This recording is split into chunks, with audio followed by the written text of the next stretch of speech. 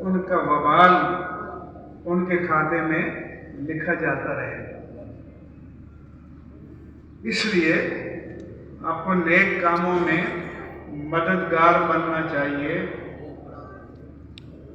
پہلی بات تو یہ ہے، ترجیح یہ ہے کہ آپ کے 4 بچے ہوں تو سب کو نہیں تو کم از کم ایک کو دین کے لیے دے دیں.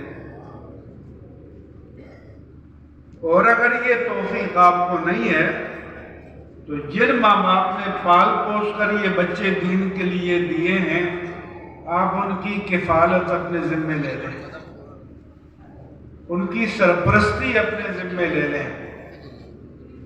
آپ آئیں مدرسے میں کہ ہم ایک حافظ کا خرچ اٹھاتے ہیں، ایک عالم کا خرچ اٹھاتے ہیں،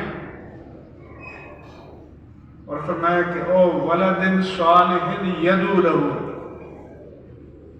یا کوئی اپنے مقررہ وقت پر مر گیا ہے.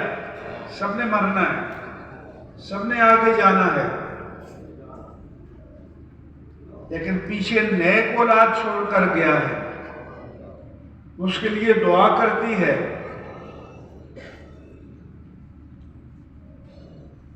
تو اس دعا کا قبر میں فائدہ ہوتا ہے. حدیث میں ہے کہ ایک آدمی قبر میں کرب میں ہے، تکلیف میں ہے، مصیبت میں ہے، گرم ہوائیں چل رہی ہیں، اچانک ٹھنڈی ہواؤں کا جھونکا آتا ہے، میت کو قبر میں سکون ملتا ہے. وہ حیران ہو کر عرض کرتا ہے کہ یا رب انا ذالک، اے مالک و مولا یہ اچانک کرم کیسے ہو گیا، یہ جنت کی ٹھنڈی خوشبودار ہوائیں کیسے چلی.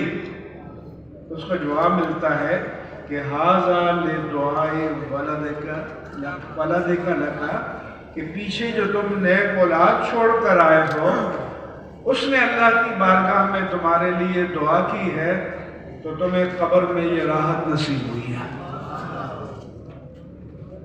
تو یہ آپ کے لیے قبر کی راحت کا سبب بنیں گے، آخرت کی راحت کا سبب بنیں گے.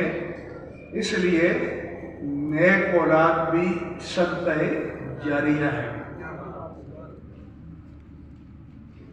یہ بھی فرمایا کہ جس نے قرآن حفظ کیا وَاسْتَظْهَرَهُ،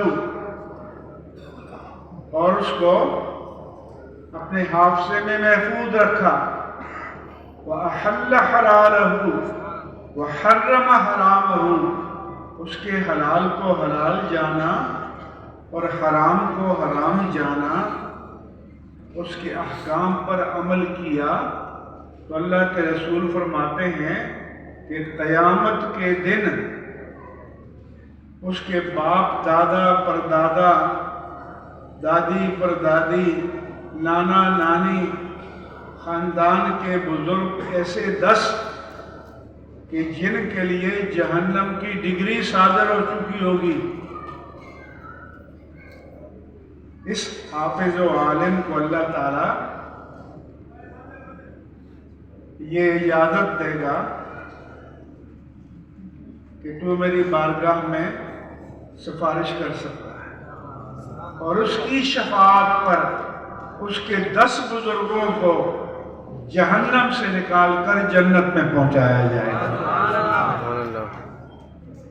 اس لیے جن بچوں کو آپ اسکول میں پڑھاتے ہو وہ ان کا مستقبل سنوارنے کے لیے وہ بھی اچھا کام ہے، لیکن جن کو دین پڑھاتے ہو، حافظ و عالم بناتے ہو، یہ اپنی عاقبت سنوارنے کے لیے ہے، اپنی قبر میں نور پیدا کرنے کے لیے ہے.